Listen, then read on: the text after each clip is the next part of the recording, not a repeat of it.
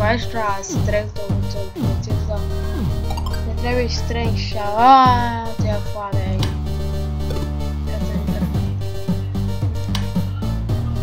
Mâine e bătălia supremă dintre bine și rău. Yeah! Nu de asta. Și gata, cred că ne ajungi. Uite pe aboni ajunge. Deci aș vrea să am un cheat în care sau aș vrea să am ceva de bani nelimitați. Mă enervează jocul ăsta că deci eu într-un fel dacă n-ar fi progresul ăsta că mi-e foame și sete și bla bla bla bla bla sau că aș putea eu să-l fac să-l montrez la bătălie, ar fi superb. Nu cred că înțelegeți bine ce vreau să zic, dar mă rog. Așa deci aici. Așa ne ducem la City Map. Și-am la Roy să vedem ce vrea. Deci vreau să-i repar porcăria asta. Dar să o repar, să termin cu ea. Haide mă că... Și azi de bătălia, băi, dacă nu faci strâng și te mănânc pe felie de pâine, te gonezi din casă.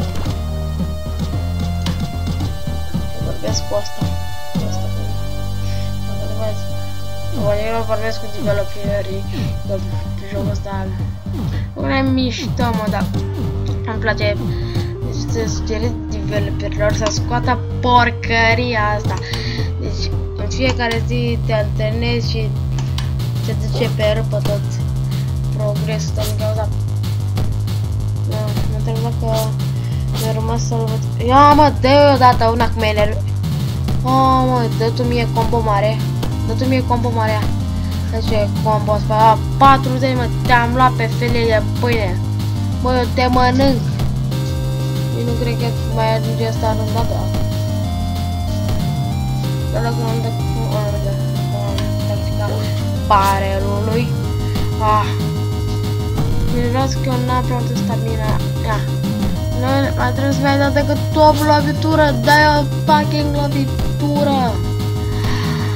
Zici că noi pierdem numai pentru că boul ăsta n-are stamină, bă! Bă, te-ai dat una cu stamina ta, dai una! Dai! Dai să-l... Gata, în sfârșit. Idiotul, dacă nu făceam meciul ăsta, bă, mi-ai enervat pe el. Current position, my name is here. I wish my name was not in the bar.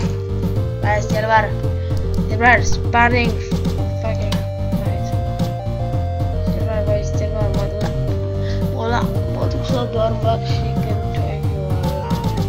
Așa, cred că cam atât pentru asta. Sper că v-a plăcut, dacă v-a plăcut să dați un like, să vă abonați și toate cele. Până atunci a fost Infinite, mulțumesc pe data viitoare.